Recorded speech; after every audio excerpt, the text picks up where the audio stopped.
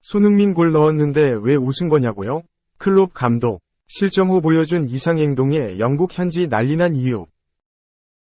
토트넘의 새로운 주장단은 그동안 토트넘에 부족했던 위닝 멘털리티를 만들어가고 있다. 토트넘은 7일 오후 8시 30분, 한국 시간, 영국 루턴에 위치한 케니로스 로드 스타디움에서 열린 2023에서 24시즌 프리미어리그 PL 8라운드에서 루턴타운을 1에서 0으로 격파했다. 이날 승리로 토트넘은 6승 2무, 승점 20로 리그 1위에 올라섰다. 루턴이 PL 경험이 없고 강등권으로 추락한 팀이라고 해도 한 명 없이 대결하는 건 쉽지 않다. 경기 초반 고른이 따르지 않고 이브 비수마가 퇴장을 당했을 때만 해도 토트넘은 승점 1점만 가지고 돌아가도 나쁘지 않은 결과였다. 하지만 지금 토트넘 선수들은 오로지 승리만을 원하는 좋은 의미의 괴물들이었다. 기반은 엔제 포스테코글루 토트넘 감독의 선택이 있었다. 포스테코글루 감독은 비수마가 없다고 해서 전술적으로 타협할 생각이 없었다. 공격이 최고의 수비라는 마인드로 경기에 임했다. 한 명 부족해도 토트넘은 주도권을 가지고 경기를 운영할 수 있었고, 이는 미키 판더 펜의 선제골로 이어졌다. 이후 수비 과정에서 루턴 공격진의 아쉬운 골 결정력 등 행운적인 요소도 따랐지만 경기 내내 느껴졌던 건 승리를 향한 토트넘 선수단의 위지였다. 토트넘 팬들이 선수들에게 그토록 바라던 위닝 멘털리티가 드디어 생겨나는 모습이다. 토트넘한테서 보이지 않던 위닝 멘털리티를 심어놓은 건 주장단이었다. 경기 후 영국 풋볼 런던은 토트넘 선수들은 새로운 리더들과 함께 라커룸만의 환경을 만들어갈 수 있었다. 손흥민, 제임스 매디슨, 크리스티안 로메로는 모두 웃고 농담을 좋아하는 선수로 알려져 있지만 어떤 때에는 이기고 싶다는 마음을 심각하게 가지고 있다고 전했다.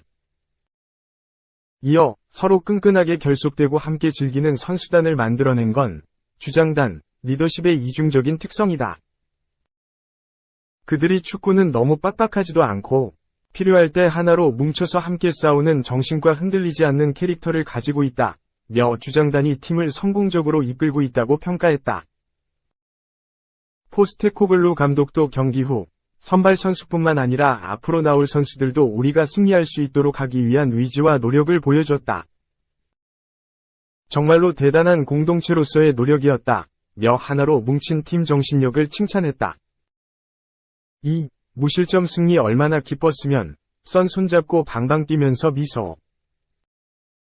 무실점 승리의 기쁨에 취한 굴리엘모 비카리오 27가 경기가 끝나자마자 손흥민 30일 이상 토트넘 호스퍼 위 손을 잡고 방방 뛰더니 격한 포옹까지 나눴다. 마치 어린아이가 새로운 장난감을 선물 받고 즐거워하는 것 같았다. 비카리오는 지난 7일 한국 시간 영국 루턴의 케니로스 로드에서 열린 루턴타운과의 2023에서 2024 시즌 잉글랜드 프리미어리그 EPL 8라운드 원정 경기에서 선발 출전해 연이은 선방을 보여주면서 토트넘의 1에서 0 무실점 승리에 앞장섰다.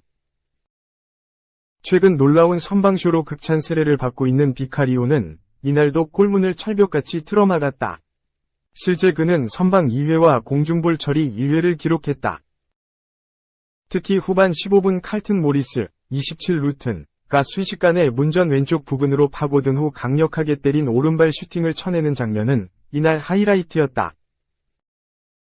경기 종료 휘슬이 울리면서 승리가 확정되자 비카리오는 격한 포유 후 동료들과 기쁨을 함께했다. 이 과정에서 그는 이날 선발 출전했다가 76분을 소화하고 교체됐던 손흥민이 다시 그라운드로 나오자 두 팔을 벌린 채 달려가 손을 잡고 방방 뛰면서 환한 미소를 지었다. 그리고 진한 포옹까지 나눴다. 비카리오는 지난 여름 이적 시장 때 토트넘 유니폼을 입은 이탈리아 태생의 골키퍼다. 이전까지 그는 우디네세 칼초와 베네치아, 칼리아리 칼초, 엠폴리 등에서 활약했다. 1m 94cm 장신의 피지컬과 긴 팔다리를 앞세워 선방 능력이 뛰어나고 반사신경과 순발력이 빼어나다. 빌드업 능력도 준수하다는 평가를 받는다. 비카리오는 토트넘에 입단할 당시 승리를 위한 선방을 많이 하고 싶다고 다짐했다. 그리고 지금까지 그는 매 경기 놀라운 활약을 펼치고 있다. 실제 축구 통계 전문 매체 소파스코어에 따르면 이번 시즌 EPL에서 선방률이 80% 이상인 골키퍼는 그와 샘 존스턴, 30 크리스털 팰리스 밖에 없다. 이 같은 빼어난 활약상 속의 비카리오는 루차노 스팔레티, 64 이탈리아 감독의 부름을 받아 이탈리아 축구대표팀의 이름을 올렸다. 유럽축구연맹, 우에파, 유럽축구선수권대회 예선 조별리그 C조 7차전, 15일 몰타, 혹은 8차전, 18일 잉글랜드에 출전한다면 A매치 데뷔전을 치르게 된다. 3. 호날두 이후 처음이다. 벨링엄, 레알 입단 후 10경기 10골 오른쪽 화살표 득점 단독 선두 플러스 14년 만의 기록. 레알 마드리드는 7일 오후 11시 15분, 한국 시간, 스페인 마드리드에 위치한 산티아고 베르나베우에서 열린 2023에서 24시즌 스페인 라리가 9라운드에서 오사수나의 4에서 0으로 승리했다. 이날 승리한 레알은 리그 선두 자리를 지켰다. 경기 초반 레알이 앞서 나갔다. 전반 9분 단위 카르바알의 패스를 받은 벨링엄이 드리블 후 슈팅을 시도해 골망을 흔들었다. 실점한 오사수나가 적극적으로 공격을 전개했지만 골을 만들어내지 못했다. 전반은 레알이 리드를 잡은 채 마무리됐다. 후반에 들어와 레알이 한 골을 추가했다.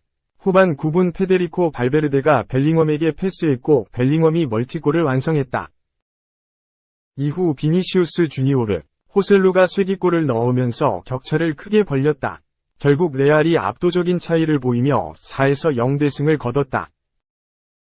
이날 경기의 주인공은 벨링엄이었다. 축구 통계 매체 소파스코어에 따르면 벨링엄은 72분을 소화하면서 2골을 포함해 볼터치 76회, 패스 성공률 91%, 53회 중 48회, 유효 슈팅 3회, 지상 경합 3회, 8회 시도, 가로채기 3회, 태클 2회 등을 기록했다. 평점은 8.9점을 받았다. 발베르데에 이어 두 번째로 높은 점수였다. 이번 시즌 벨링엄은 막강한 득점력을 자랑하고 있다. 데뷔전이었던 라리가 개막전에서 데뷔골을 넣었고 득점 행진을 이어나가며 4경기 연속골을 넣었다. 이후에도 계속 득점을 뽑아냈고 리그 8경기 8골로 득점 선두에 위치해 있다. 벨링엄의 득점은 유럽축구연맹, 우에파, 챔피언스리그, UCL에서도 이어졌다. 우니온 베를린전과 나폴리전에서 연달아 골을 기록했다. 벨링엄이 레알 입단 후 치른 10경기에서 10골을 터뜨리며 레알 역사에 자신의 이름을 추가했다. 영국 매체 토크스포츠는 벨링엄은 2009에서 10시즌 크리스티아누 호날두 이후 레알 입단 후 첫 10경기에서 10골을 넣은 최초의 선수다 라고 전했다. 2003년생 벨링엄은 특급 유망주로 평가받았다. 벌써 프로 5년차에 접어든 벨링엄은 유망주 딱지를 뗐다. 벨링엄의 주 포지션은 박스-투-박스 유형의 중앙 미드필더다. 축구 지능이 뛰어나 수비형 미드필더. 공격형 미드필더를 소화할 수 있고 데뷔 초에는 윙어로도 활약했다. 벨링엄은 186cm의 좋은 피지컬을 갖추고 있고 활동량과 스피드도 좋은 편이다. 특히 볼백급 능력이 강점으로 꼽히는데 중원 싸움에서 우위를 점하는 데 큰 힘이 된다.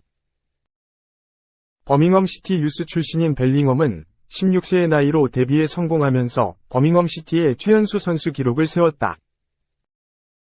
데뷔 시즌에 44경기에 출전하면서 핵심 자원으로 활약했다.